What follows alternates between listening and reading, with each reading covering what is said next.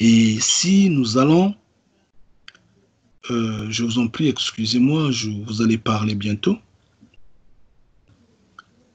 Si nous repartons dans Psaume, nous allons dans Psaume 74, euh,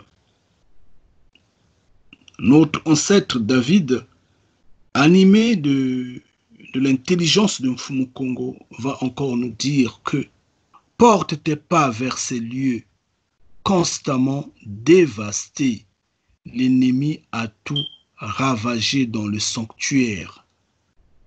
Tes adversaires ont rougi au milieu de ton temple. Ils ont établi pour signe leur signe. Ngeta. C'est un psaume très puissant. Il faudra le lire pour comprendre à quel point ces hommes-là détruisent notre terre. Mais notre ancêtre dit, ils ont tout dévasté. Vous savez, moi j'ai pour coutume, quand je vais dans un centre commercial ou dans le supermarché, avant de rentrer dans le magasin, ou quand je rentre directement, avant de faire le shopping, avant vraiment d'acheter ce dont je suis allé acheter, à moins que je sois pressé. Si je ne suis pas pressé, je prends tout le temps de regarder euh, leur jardin, en fait, là où il y a des fleurs, les fleuristes là. Je pars là-bas, je regarde, je prends le temps vraiment, c'est dans mes réflexes, c'est dans mes habitudes. Je regarde, j'essaie de tout voir, les plantes là, je vois les fleurs, et après, je commence le marché.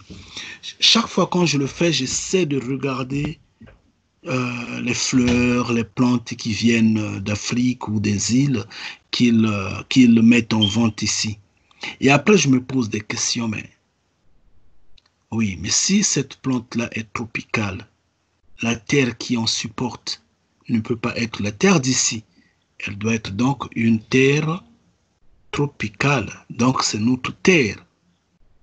Et après, je secoue seulement la tête. Je le fais chaque fois. Vraiment, toutes les fois que je pars dans des supermarchés, ce que je fais.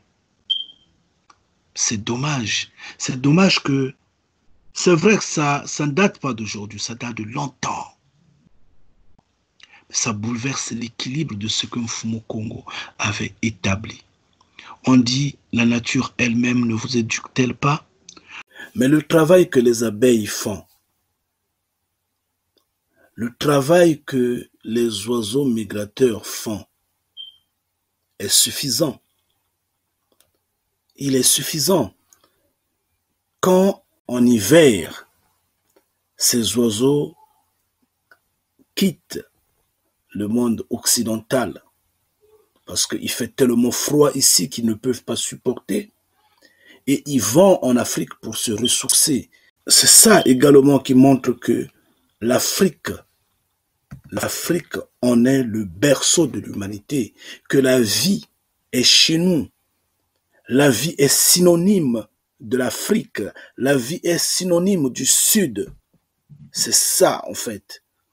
Les oiseaux quittent le monde occidental, le monde d'ici, pour aller se ressourcer en Afrique.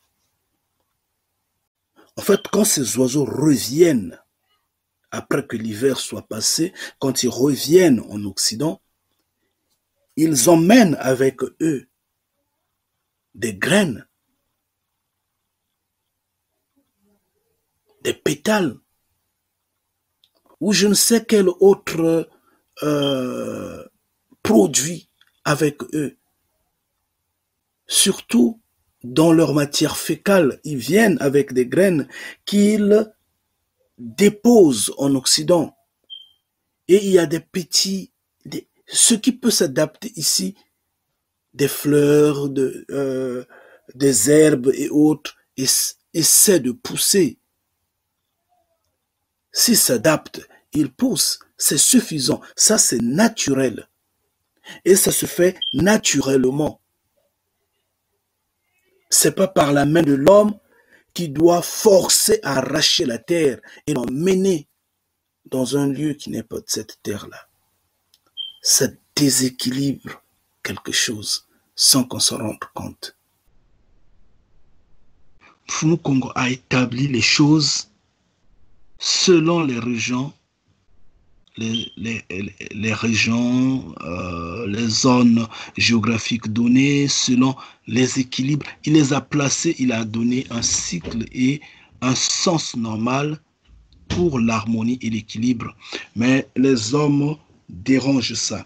Le fait de prendre la terre d'Afrique, de la porter dans les nations, de la porter ici en Occident, change quelque chose dans l'équilibre magnétique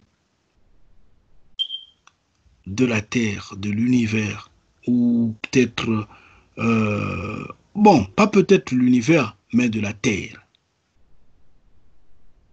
Ça, comme c'est petit, ça ne bouge rien, on dit, oh, ça ne fait absolument rien. Et on continue de le faire. Ces trafics-là n'ont pas commencé aujourd'hui. Nous connaissons comment ils ont déporté non seulement les humains, mais également les animaux, également la flore. Nous voyons, mais c'est pitoyable, quoi. Donc, jusqu'à la terre, la boue, la poussière, la terre africaine, la terre de nos îles, ils apportent ici. Est-ce qu'ils ont besoin d'avoir ce qui est tropical ici, de les planter ici? Non, pas du tout. Mais eux, ils forcent. Et dans les serres, ils font ces cultures-là. Ils mettent les gens en quarantaine, les peuples en quarantaine, ils les mettent en confinement. Eux, ils ont décidé. Nous devrons nous mettre en rang pour entrer dans des supermarchés. Nous devrons avoir des masques forcément. Nous recevons des coups de chicotte, des gifles, ça et là. On est en fait poussé dans l'extrême de la violence. Bon, en Occident, on peut le comprendre un tout petit peu, ça va un peu, mais sur la terre africaine, nos parents subissent cette torture. Mais ça, c'est le confinement que eux, ils ont décidé. Ils ont décidé, puisqu'ils se disent maîtres, ils l'ont décidé. Mais quand Fumu Congo et l'armée des Sud décideront de mettre la terre en quarantaine, c'est là où ils le sauront parce qu'ils seront confinés dans les bunkers. C'est là où ils sauront que signifie être en confinement. Ce n'est pas de l'amusement qu'ils sont en train de faire. Leur tour vient. Non, mais c'est pas sérieux quand même. Ils exagèrent, quoi. Ouais. Ils exagèrent.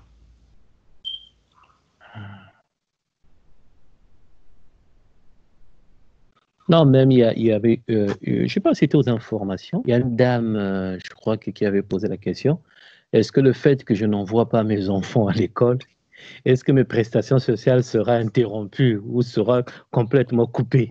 Donc, jusqu'à ce niveau-là, c'est vrai que c'est triste, quoi.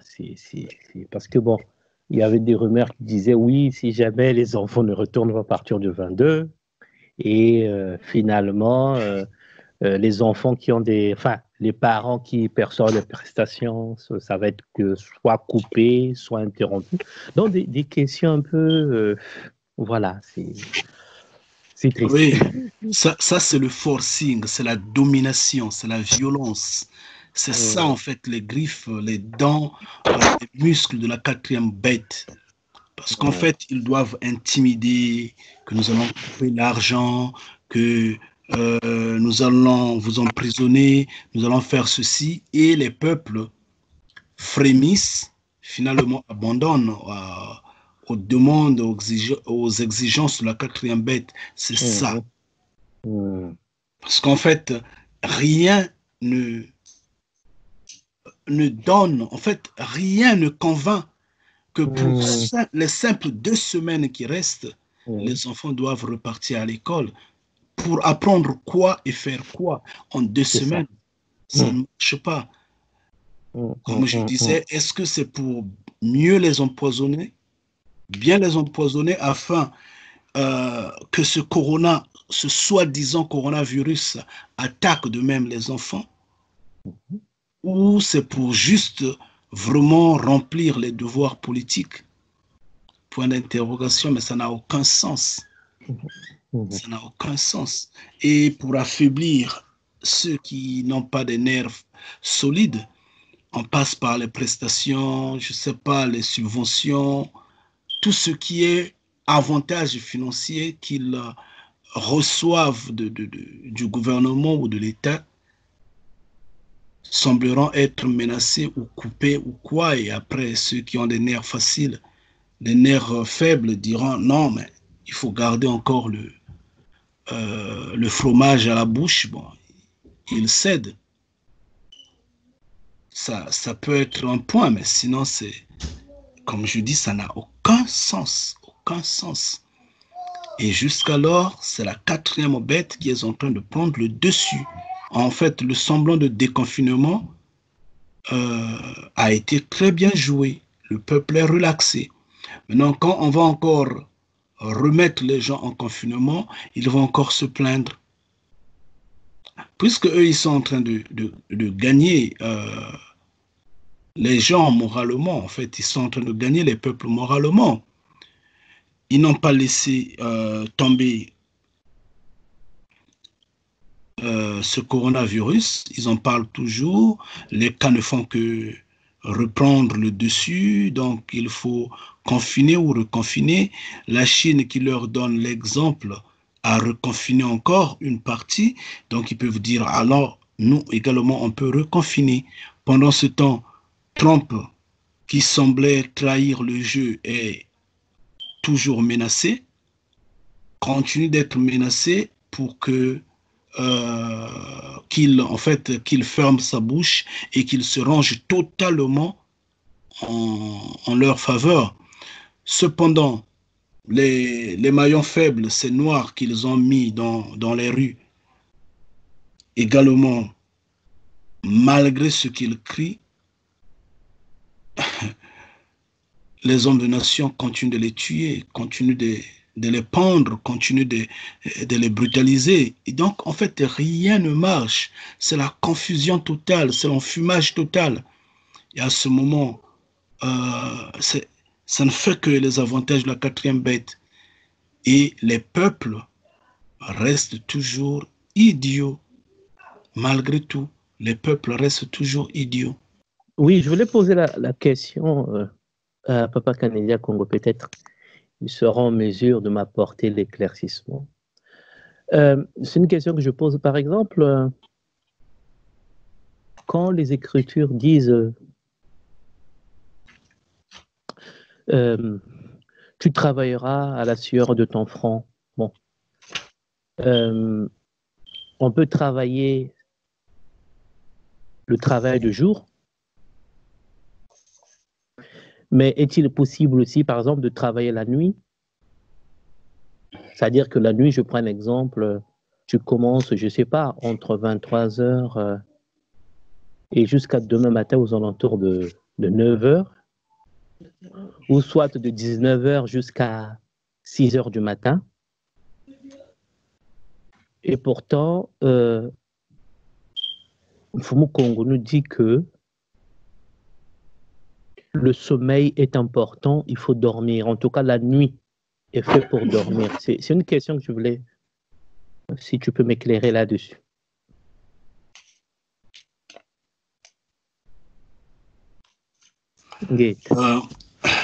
Ngeta, Frère Freddy. Oui. Tu sais, tout ce que Mfumu Congo a interdit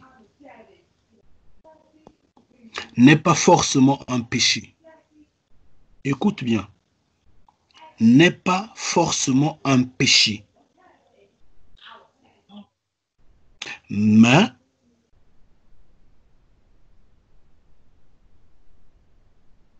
peut être une source de malheur, de douleur, de pleurs, de grincement de dents pour nous par le fait qu'on n'avait pas obéi à ce qu'il avait dit. Mais lui-même ne nous le charge pas comme péché, mais par le fait que nous avions désobéi, nous pleurons nous-mêmes. C'est comme un enfant à qui la maman ou le père défend les bonbons, l'enfant insiste. Maman, papa disent non, n'en prends pas, n'en touche pas, c'est pas bien pour toi, c'est pas bien pour ta santé. N'en mange pas. Mais c'est pas en fait mauvais d'en manger, c'est succulent, c'est bien. Mais ça a des mauvaises conséquences. Et l'enfant va s'entêter, va prendre des bonbons et finalement l'enfant aura mal à la dent, l'enfant aura des dents totalement cassées. Parce que l'enfant a désobéi à son père ou à sa mère et voilà les conséquences. C'est comme nous de même. Comme Fumu Kongo dit, vous mangerez à la sueur de votre front. Oui, l'homme doit travailler pour manger. Maintenant, est-ce qu'il faut travailler de nuit ou de jour? Le travail le jour, c'est déjà bon. Travailler la nuit, il n'y a pas de souci. Il n'y a pas de souci, puisqu'il faut veiller à ce que l'équilibre soit. Et donc, il faut travailler la nuit. Mais quelque part, Mfumu Kongo dit de même, la nuit est faite pour dormir. Et quand vous allez dormir la nuit, vous serez tranquille, loin des menaces de vos ennemis, parce que moi, je veille sur vous. Moi, Mfumu Kongo, je veille sur vous.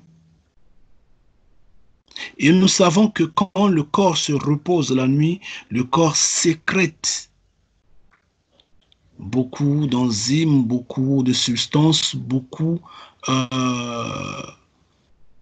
d'éléments qui sont avantageux pour notre santé, pour notre équilibre, pour notre tranquillité et notre... En fait, anyway, pour nous, pour notre santé, pour notre bien-être.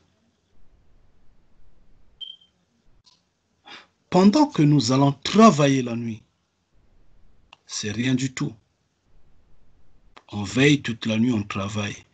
On revient, on dort une partie de la journée, puis la vie reprend. Apparemment, rien ne quitte le corps. Apparemment. Et donc, ce n'est pas un mal de travailler la nuit. Mais, Fumu Kongo n'est pas idiot pour nous dire de dormir la nuit. C'est pour notre bien-être. Mais l'on peut travailler la nuit sans problème. Mais sauf que le corps doit connaître des dérangements qui seront fatals sur notre santé sans qu'on s'en rende compte. Et après, on va s'en rendre compte, mais qu'est-ce qui se passe? C'était dû à quoi? Sûrement. Et on commence à se poser les questions. Mais c'était dû à ce qu'on n'avait pas dormi et le corps n'avait pas produit la quantité de substances qu'il lui faut produire la nuit. Mais sinon, c'est pas mal de travailler la nuit, c'est pas mal de veiller la nuit. C'est cela. C'est comme, si je peux revenir, par exemple, sur le porc, par exemple, ou les crustacés qu'on mange. On va pouvoir donner beaucoup d'avantages là-dessus. c'est bon, c'est très riche, ça aide à développer les tissus du corps humain. Donc, si tu blesses, ça va vite reconstituer le corps, blablabla. Bla, bla, bla. Oui, d'accord. Et les gens se fondent dans les crustacés. Ils en mangent en grande quantité. Mais ils oublient que ces crustacés-là jouent le même rôle que joue le porc sur Terre, mais eux, ils le font dans l'eau. Ils sont là juste dans le nettoyage. En fait, ils avalent tout ce qui est sale. Microbes, quoi et quoi, bactéries et autres.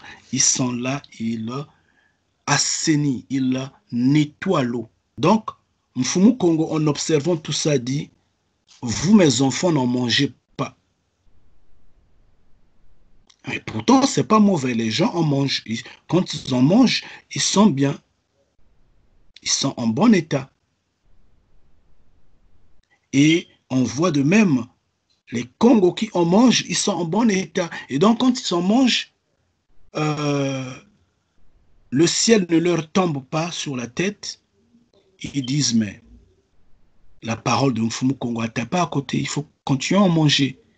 Ils se disent rien du tout. Et ils continuent à manger. Ils en ont mangé peut-être pendant 20 ans, pendant 25 ans, pendant 45 ans, pendant 50 ans, toute leur vie. Ils sont tranquilles. Tout comme ceux qui mangent le porc. Ils oublient que le porc a a le même rôle. Et donc, son corps, sa chair n'est que réserve de maladie, réserve de saleté. Ils ne s'en rendent pas compte. Mais Mfumu Congo, en observant tout ça, dit, mes enfants, vous n'en mangez pas. Mais il y a beaucoup de Congos qui mangent le porc. Les gens sont bien dans ça. Mais finalement, on ne se rend pas compte d'où viennent les maladies, pourquoi on souffre de ça, pourquoi on a tel mal, pourquoi on a ça. C'est ce que l'on mange sans s'en rendre compte.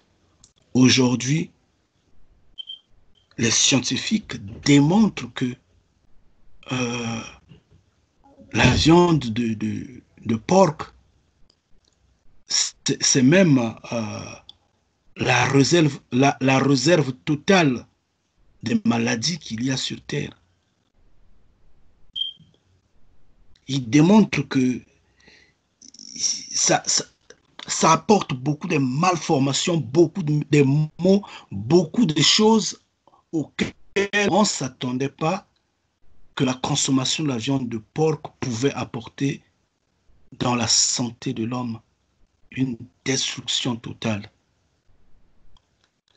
Mais Mfumu Congo, en regardant tout ça, dit, mes enfants n'en mangez pas. Mais pourtant, c'est pas mauvais d'en manger. Ça doit être une très bonne chair, une très bonne viande.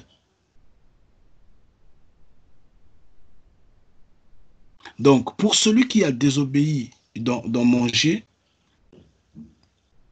il trouve qu'il n'y a pas de conséquences. Mais quand on rentre dans la science profonde, on comprend que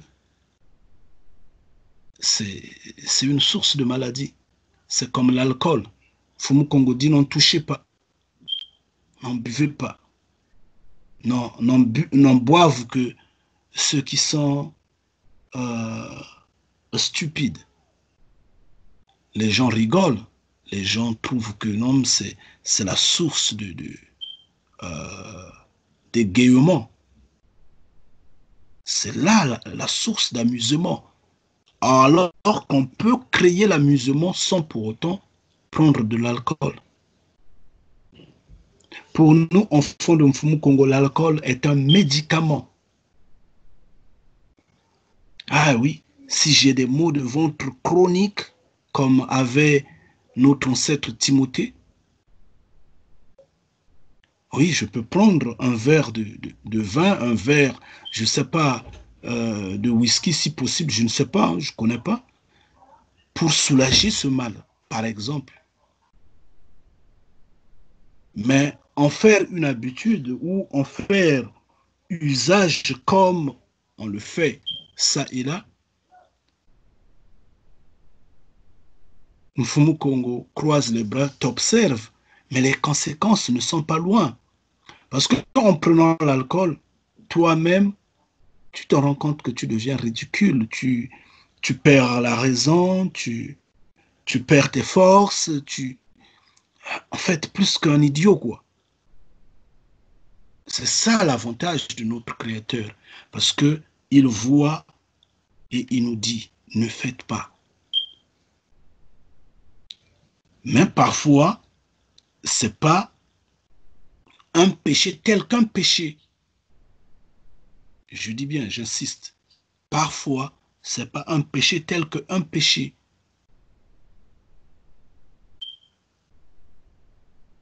Mais c'est nuire à ton propre corps. Parce qu'il n'est pas bien de souffrir. Le corps n'était pas fait pour souffrir. Qu'on ne nous a pas créés pour pleurer, pour souffrir, pour gémir de douleur. Non, pas du tout. Donc, il, en fait, veut juste nous épargner de ce mal-là. Mais comme on ne le prend pas tel en son tête, donc, face au travail de nuit, il n'y a pas,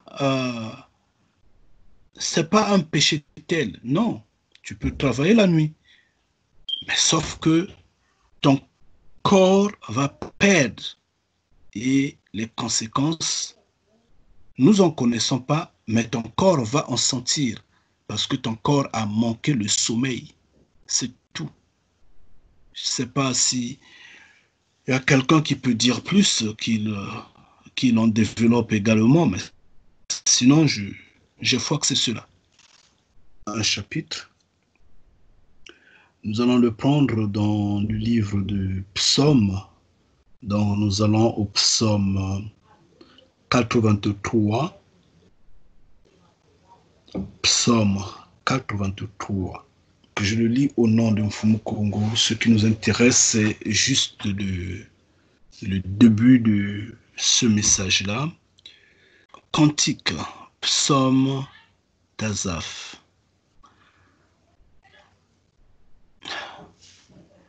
Ô Mfumu Congo, ne reste pas dans le silence. Ne te tais pas et ne te repose pas, ô Créateur. Car voici tes ennemis s'agitent. Ceux qui te haïssent lèvent la tête. Ils forment contre ton peuple des projets pleins de ruses. Et ils délibèrent contre ceux que tu protèges. Venez, disent-ils, exterminons-les du milieu des nations et qu'on ne se souvienne plus du nom Congo. Ils se concertent tous d'une même pensée. Ils se concertent tous d'une même pensée. Ils font une alliance contre toi, Mfumu Congo. Ils font une alliance contre ton peuple. Ngeta, je me suis arrêté au verset 5. Les ennemis de Mfumu Congo se sont levés et ne se sont pas arrêtés à Mfumu Congo seuls. Ils ont dirigé leurs yeux sur son peuple. Ils ont entendu comme ils ont vu. L'histoire, ils sont témoins de l'histoire. Ils ont vu comment Mfumu Congo avait arraché son peuple des moules à fondre d'Égypte. Ils ont assisté, ils ont entendu. Le monde avait tremblé en ce temps. Finalement, comme ils n'aimaient pas Mfumu Kongo depuis le départ, depuis la genèse, nous le savons bien, et pourtant Mfumu Kongo les a donné la liberté d'exister. Mfumu Kongo les a laissés vivre sur terre avec tout ce qu'il y a sur terre, avec toute cette abondance, toute cette diversité des choses qu'il y a qui comblent cette terre-là. Mfumu Kongo les a laissés. Il les observe. Pour eux, ils se disaient que c'était leur propriété à tout prix. Vraiment, ils se disaient que c'était leur propriété. Finalement, il va arriver un moment, ils vont remarquer que ce n'était pas leur propriété parce que Mfumu Kongo a sorti un peuple du néant. Un peuple qui était esclavagisé, traîné dans la boue. Il a sorti et il a emmené au milieu des nations. Et ils ont commencé à combattre ce peuple-là. Et ils se sont retrouvés, comme toujours. Ils ont mijoté ce qu'ils mijotent. Ils ont comploté. Et ils ont tué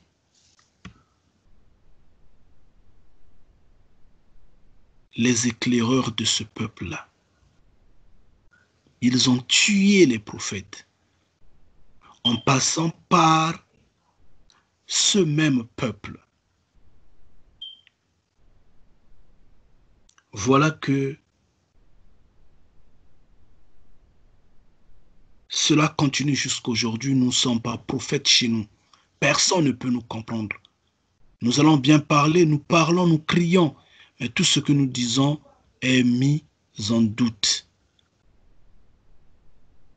Parce que il y a les hommes des nations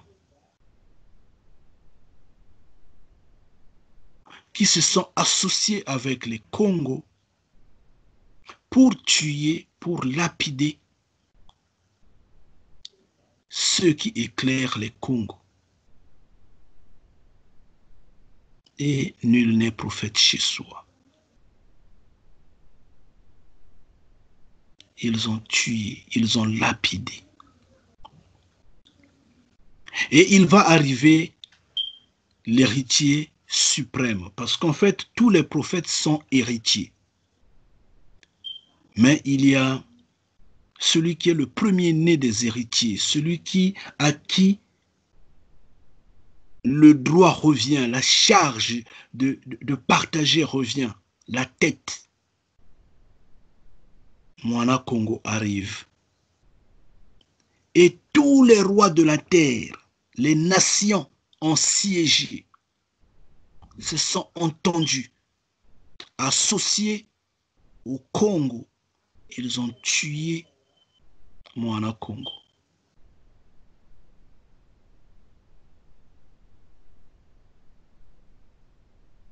C'est ce que Acte 4, versets 25 à 27 nous explique. Je vais le lire au nom de Mfumu Kongo.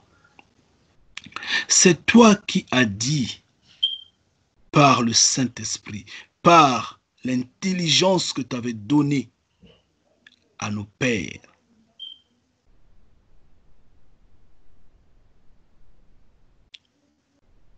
Oui, l'intelligence que tu avais donnée à David, notre père, à notre ancêtre, comme à nos ancêtres.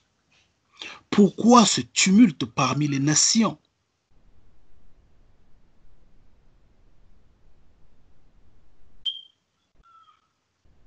et ses vaines pensées parmi les peuples.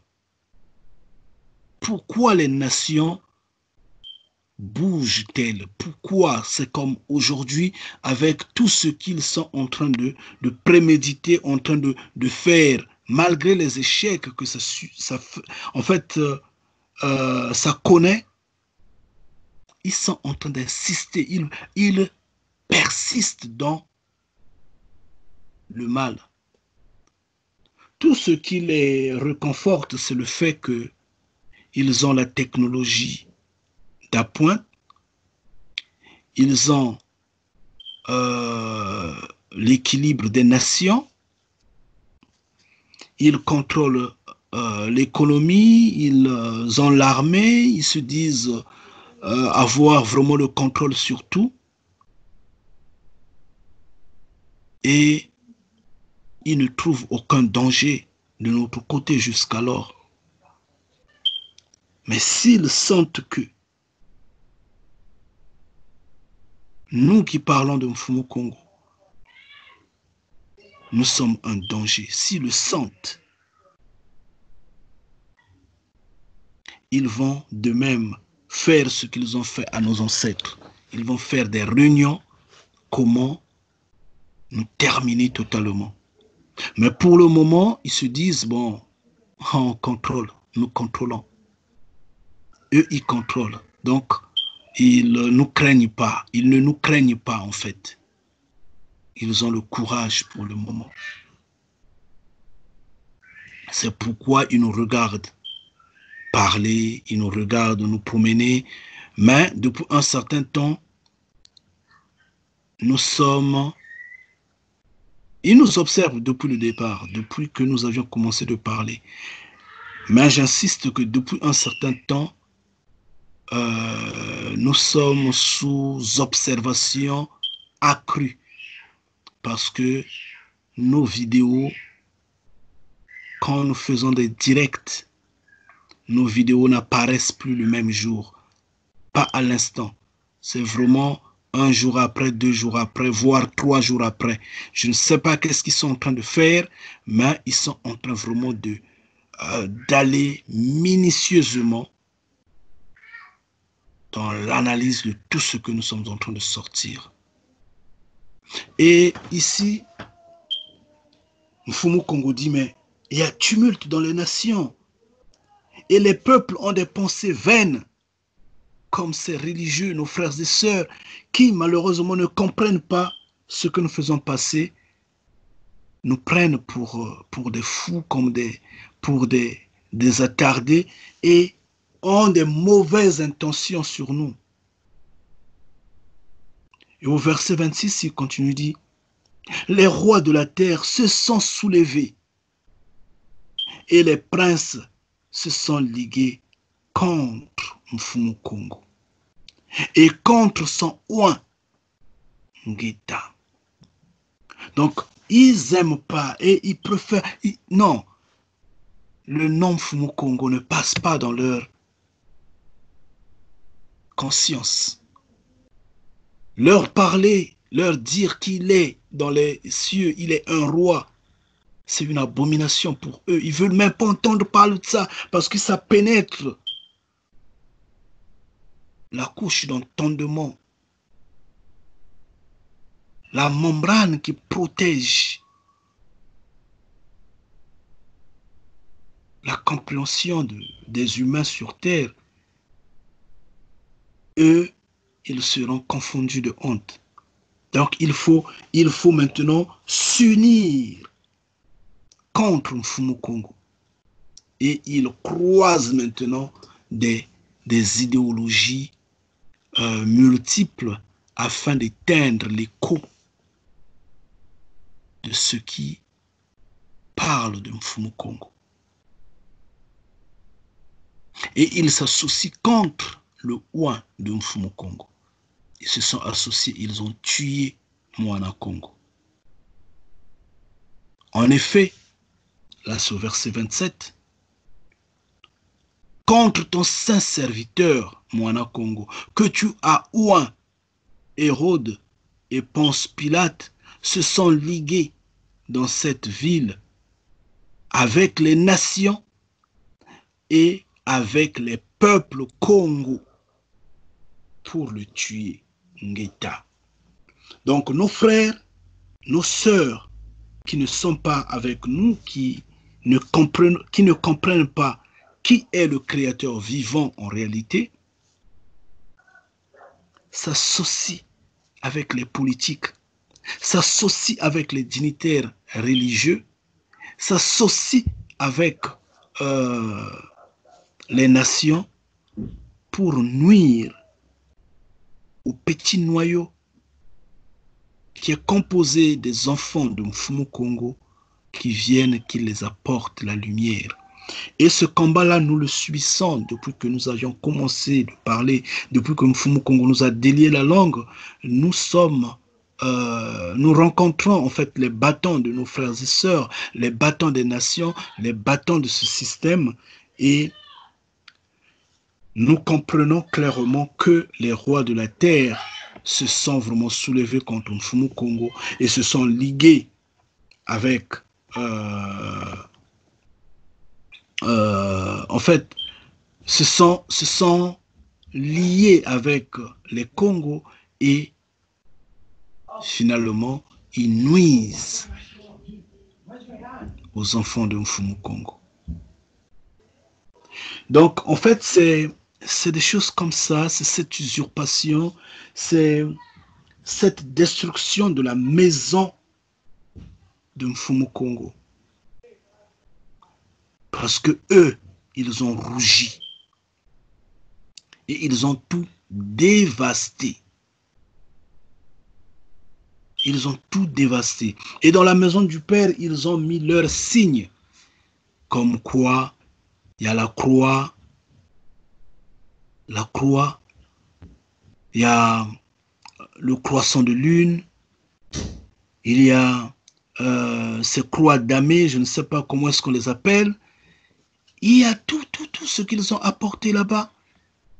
Et tout le monde s'enroule dans ces signes-là, s'enroule dans... En fait, ils ont mis leur sceau. Ce qui était de Mfumu Congo, ils ont enlevé. Ils ont tout détruit.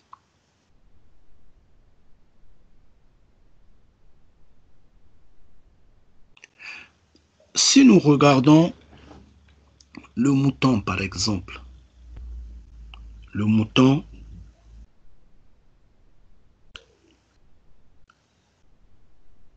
et le cabri, ils sont pareils, non? Ils sont vraiment pareils, ils sont identiques.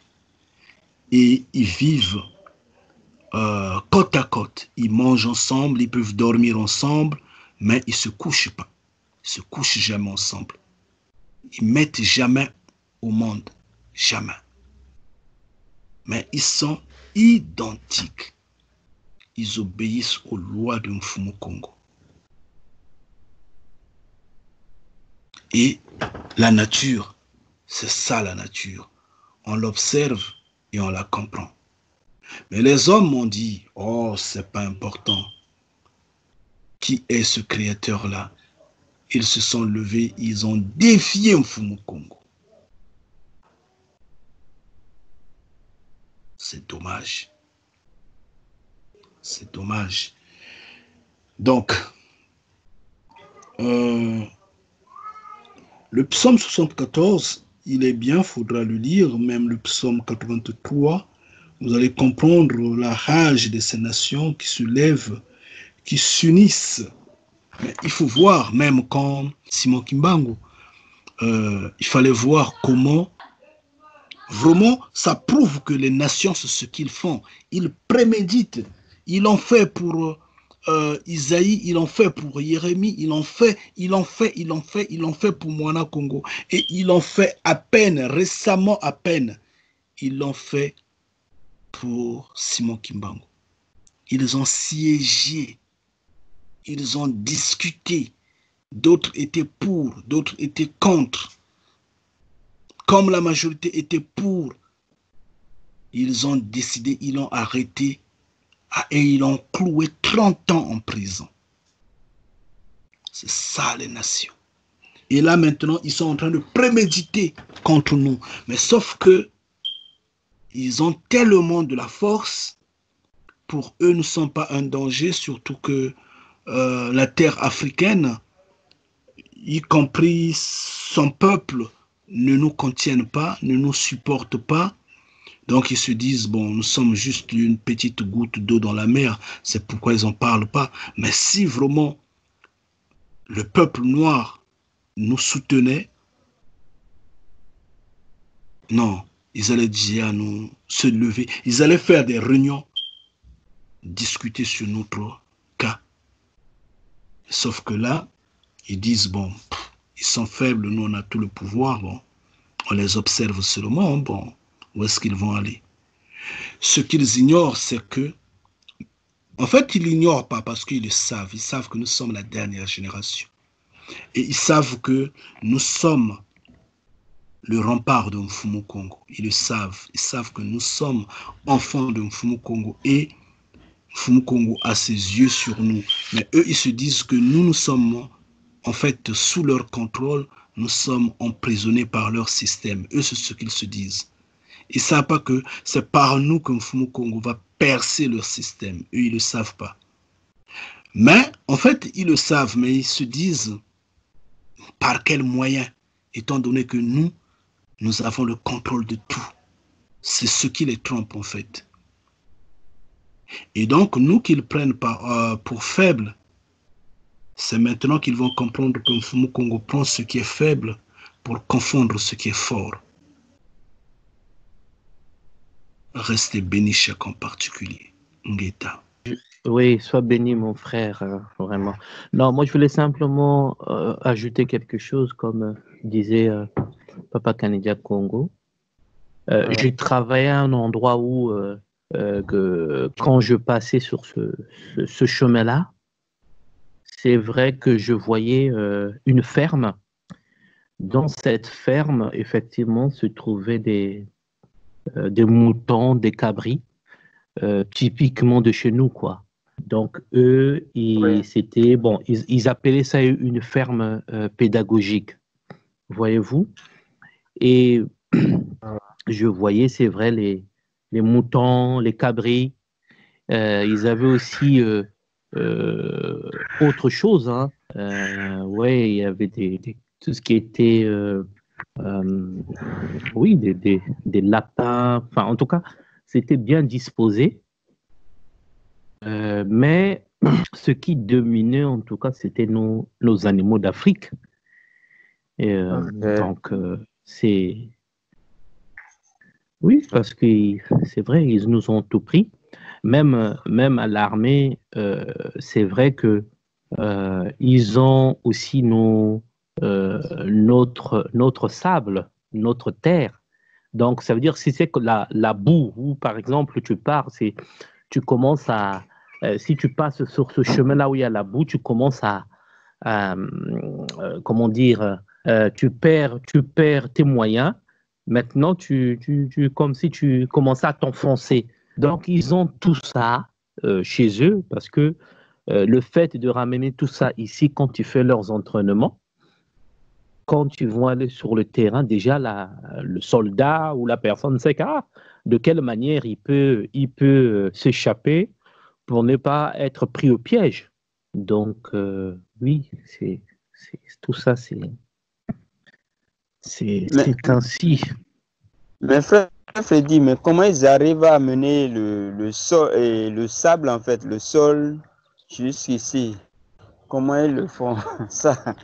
Mais ça peut arriver, ça c'est facile. Si c'est vraiment, comment dire, urgent, ils l'emmènent par avion, ils mettent les moyens qu'il faut. Oui, bon, si par exemple, c'est pas tellement urgent, mais c'est dans l'avenir, mais ils vont le ramener par bateau. Donc, ils vont mettre les moyens qu'il faut pour bien conserver à l'état pur. Donc, c'est ça. C'est ces deux moyens-là qu'ils acheminent tout ça ici. Oui, justement, ils ont des avions, ils ont des bateaux, ils ont des navires, donc c'est facile pour eux de transporter la terre. Et en dépit de cela, si nous faisons le contraire de cela, en fait, si nous faisons le sens contraire de toute chose, ils ne vont pas accepter que nous prenons la terre d'ici pour l'emmener là-bas. Allez seulement prendre l'avion, vous êtes en train de voyager, allez seulement, ne fût-ce que même avec un pot de terre d'ici. À l'aéroport, ils vont vous stopper. Hein. Pourtant, ce n'est que... Mais bien sûr, ils vont vous stopper, ils vont vous dire, vous n'avez pas le droit. Mais eux, ils emmènent la terre de chez nous. Et c'est pourquoi chez nous, il y a des ravins de tout temps qui se forment ça et là. On ne sait pas d'où viennent ces éboulements. Oui, il a peut-être plu. Bon, la terre s'est peut-être ouverte. Oui, d'accord. Mais nous connaissons ce qui se passe. C'est pas sérieux, c'est pas bien. Regardez par exemple comment ils sont en train de planifier envahir le continent. Prenons par exemple le cas du Sénégal. Nous connaissons tous que le Sénégal est un pays pauvre. Nous le connaissons. Son sous-sol n'est pas si riche comme nous pouvons être éblouis. Non, pas du tout. Mais nous savons que le Sénégal est comme tous les pays africains qui ont un sous-sol riche. Nous le savons. Mais à quel niveau?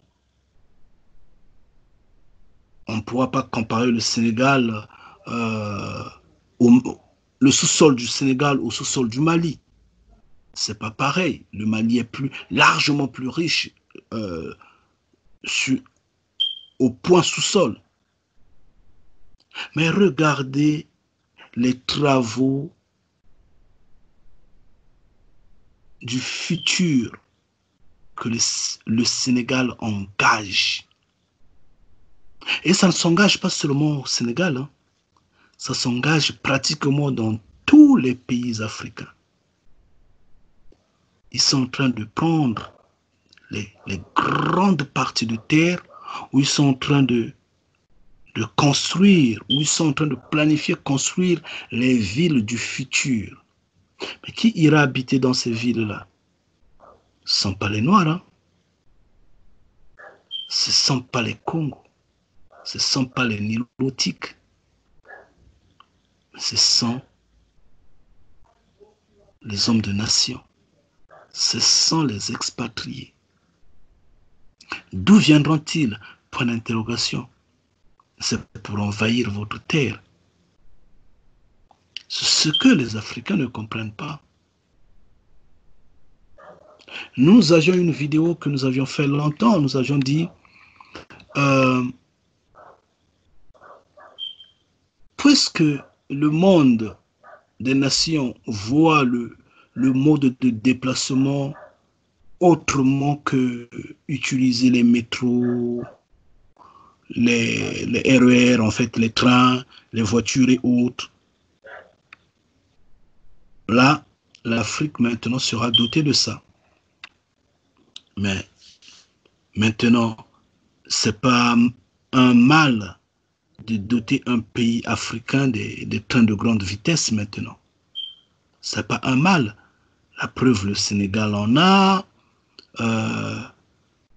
l'Éthiopie, et on veut que ce soit en Côte d'Ivoire, que ce soit au Congo, que ce soit un peu partout.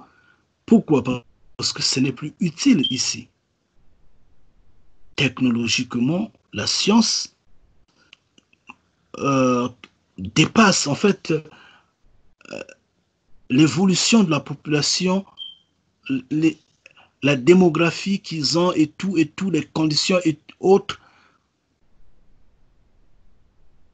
semblent dépasser l'utilisation de ces trains pour le moment. Et donc, les pays africains peuvent en avoir maintenant. Mais s'ils ne peuvent pas s'en passer de cette technologie-là, c'est eux-mêmes qui iront les utiliser là-bas. Parce que quand nous voyons par exemple le plan de ces villes futuristes, c'est plus que New York, c'est plus que Paris, c'est plus que... C'est gigantesque, c'est merveilleux. Tu dis, mais est-ce que ces hommes de nation-là pourront accepter que l'Afrique gagne ces bijoux-là? Mais oui, mais c'est parce qu'eux-mêmes planifient y être, s'y installer, et comme la vie du noir ne compte pas, et comme les machines peuvent travailler, donc ils vont plus mettre le noir en chaîne pour travailler, il faut l'éradiquer. Et le plan est en marche et ça avance petit à petit.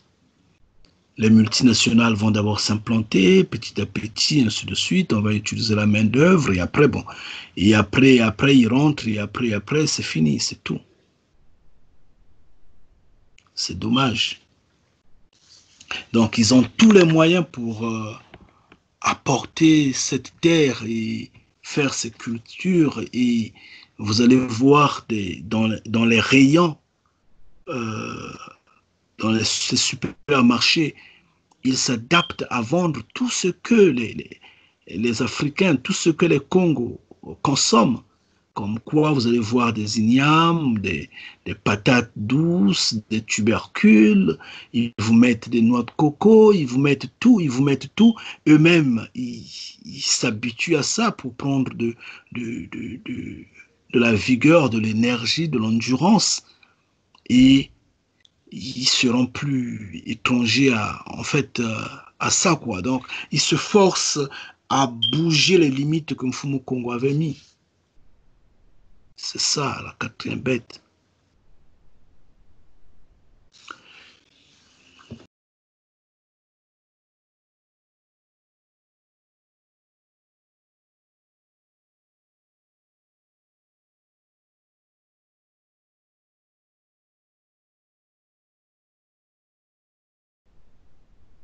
Oh, je m'excuse, j'en ai terminé. Pardon.